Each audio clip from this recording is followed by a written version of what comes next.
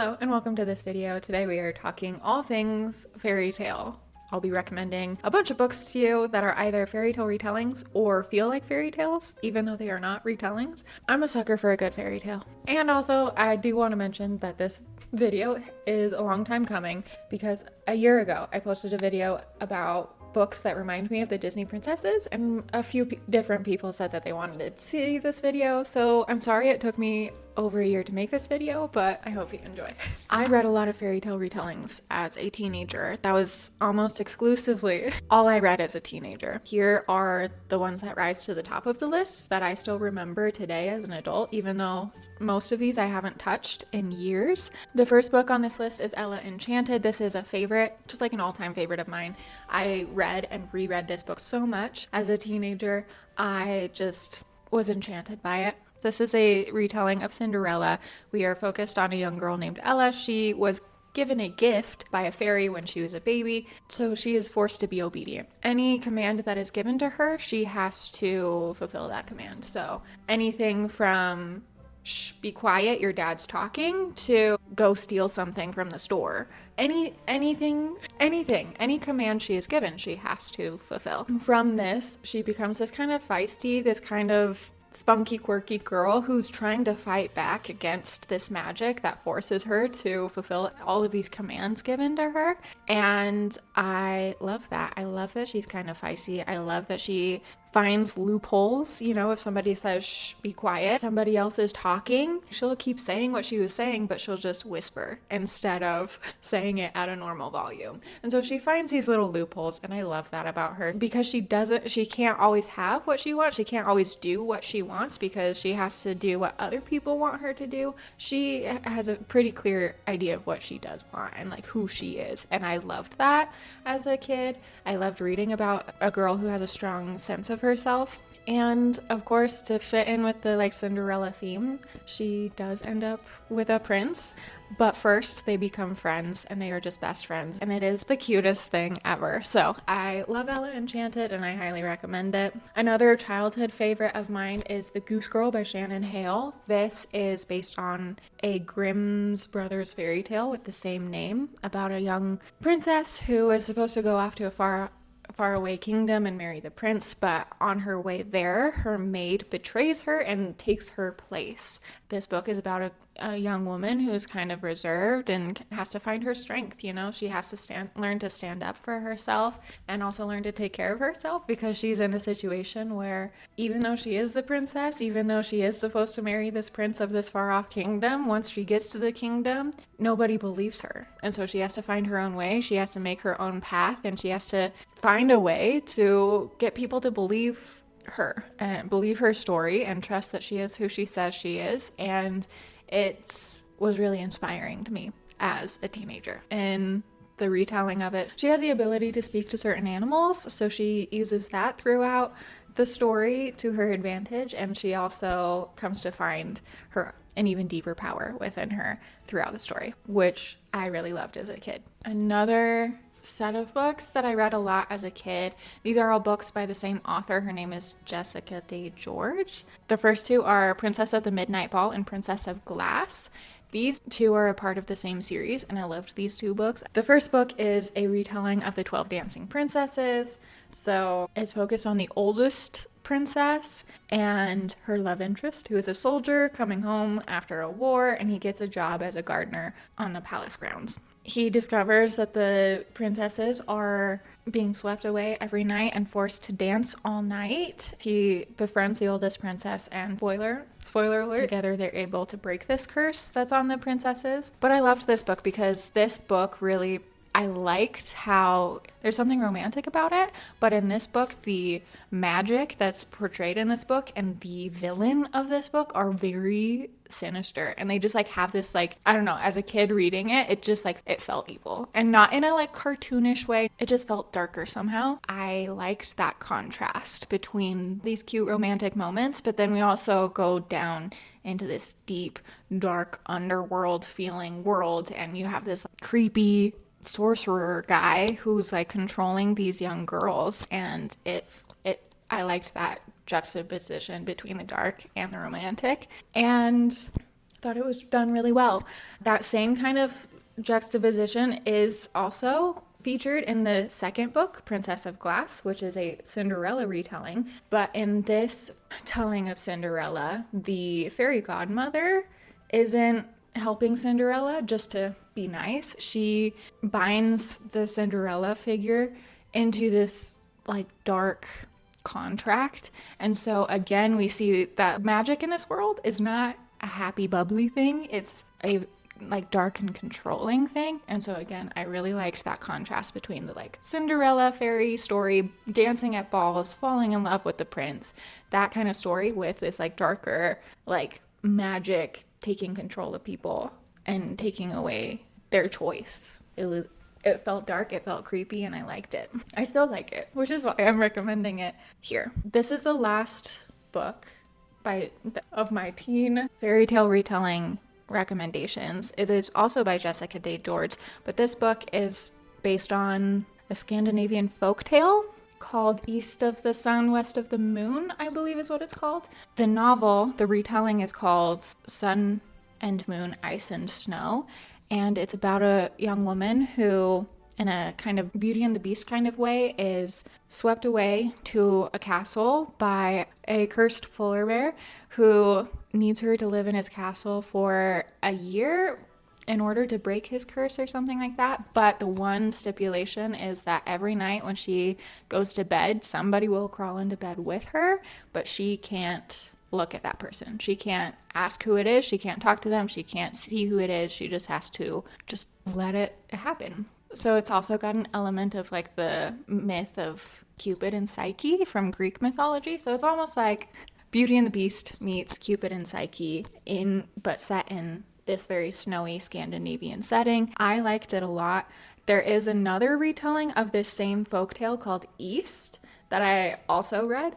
And that one I feel like was like a little bit more serious, a little bit longer, a little bit more detailed. Whereas Sun and Moon, Ice and Snow was just like the right level of like fairy tale. The pacing was great, or at least I thought so as a teenager. And so highly recommend that if you're looking for a fairy tale retelling that isn't your typical fairy tale. You know, it's a little bit of a lesser known fairy tale. Moving on to a few fairy tale retellings that I've read in my adult years. Let's start off with one that I read just a few months ago.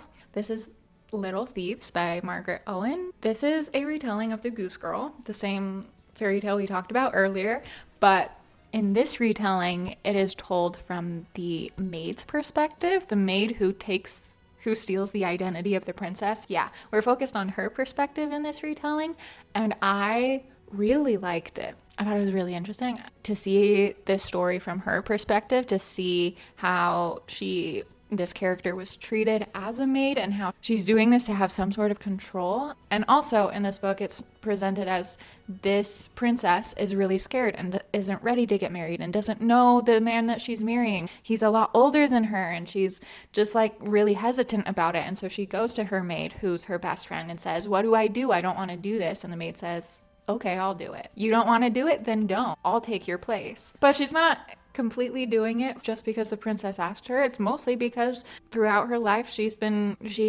in a position where she doesn't feel like she has much control over her life. She doesn't have much of a choice, and so she sees this as an opportunity to be in a more privileged class where she can call the shots, where she can say, "This is how I want my life to be, and this is what I choose." And so it's interesting to get her side of the story. And she might also use her newly found privilege to rob a bunch of the other like nobles in the kingdom, which is really fun in a kind of like Robin Hood kind of way, but also like a more selfish Robin Hood. It's fun. It's really fun. I really liked it. This also has a similar feel to the Princess of Midnight Ball, Princess of Glass, where like the magic in this book is pretty dark and creepy, and I liked that. I really liked that. So this is a fun retelling of the Goose Girl, and I highly recommend it. Next is 10,000 Stitches. This is a part of the Regency Fairy Tale series, which is a series of little cozy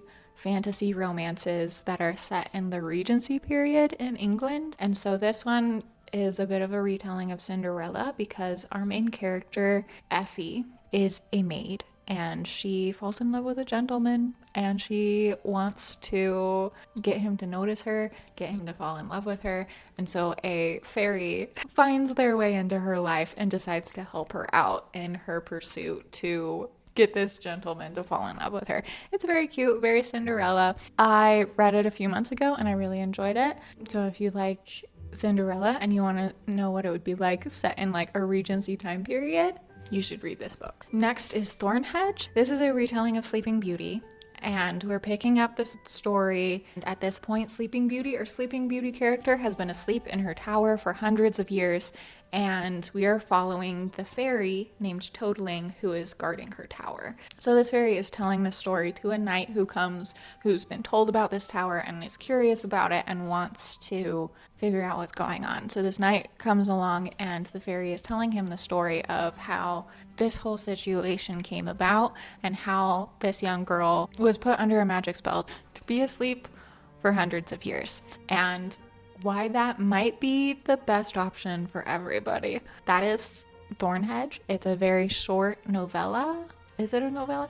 It's a very short little fairy tale retelling. I liked it a lot, but because it is short, there were moments where I was like, I wouldn't have minded if it were a little bit longer. I feel like it ended really quickly, even though I knew that it was short. I would have liked a little bit more of a challenge, of a fight towards the ending, because the ending did feel pretty abrupt. But other than that, I was delighted by Thornhedge. Next is For the Wolf. This is a retelling / expansion, we'll say expansion, of Little Red Riding Hood. In this kingdom, a young woman needs to be sacrificed to the wicked wolf of the woods every so often. And so we have a young princess who has to don a red cloak and go off into the woods and be sacrificed to this wolf. And it's about how stories like that are kind of outdated, and maybe the wolf isn't here to eat her. You'll just have to read the book to find out, though. Okay, another one. This is yet another retelling of The Goose Girl,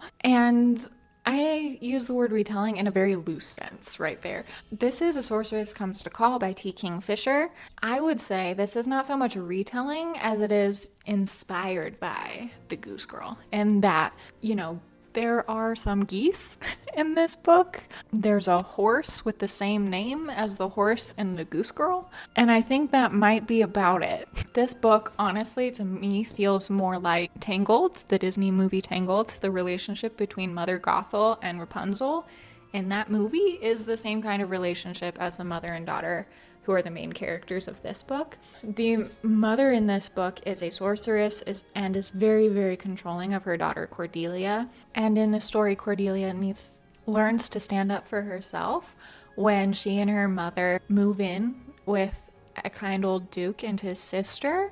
And for the first time in her life, she is shown kindness and care by other people, and she realizes that the way her mother has been treating her whole life is not the way a mother should be treating their daughter. And so she has to build up her courage and break away from her mother. It feels more like Tangled than it does The Goose Girl, but it is marketed as a retelling of The Goose Girl. So I was surprised by the fact that it wasn't very Goose Girl, but I also liked how it turned out. The last book in this category, this is kind of fairy tale retelling, but also is a good segue into our next category, because this book isn't directly a fairy tale retelling, but it is inspired by Chinese mythology, and it feels very much like a fairy tale.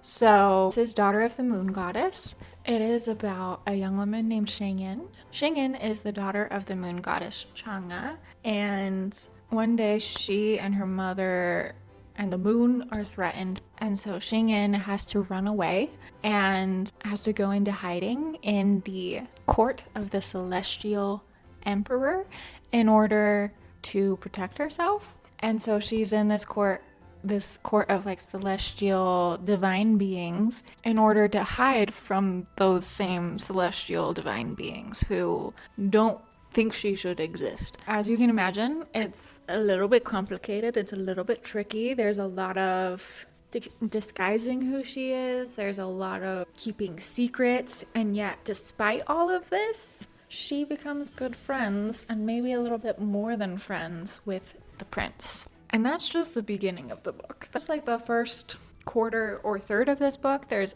a war that happens at one point. There's so much to this book. There are dragons that need to be visited for their ancient wisdom and just things like that. If any of that sounds interesting to you, please check out this book. Like I said before, it's inspired by Chinese mythology, but it's built upon in a way that feels so much like a fairy tale. So that's the end of the video for now. I do have more fairy tale books that I want to recommend to you, but in the interest of time, I've decided to split that into a separate video. You'll just have to wait for that video if you want to get recommendations of books that feel like fairy tales but aren't retellings of any pre-existing stories. So if you want that list, go ahead and click the subscribe button down below. And if you want to be notified right when I post that video, click the bell icon next to the subscribe button. With that said, thank you so much for watching. Thank you for listening to me ramble about books, and I'll see you in my next video. Bye.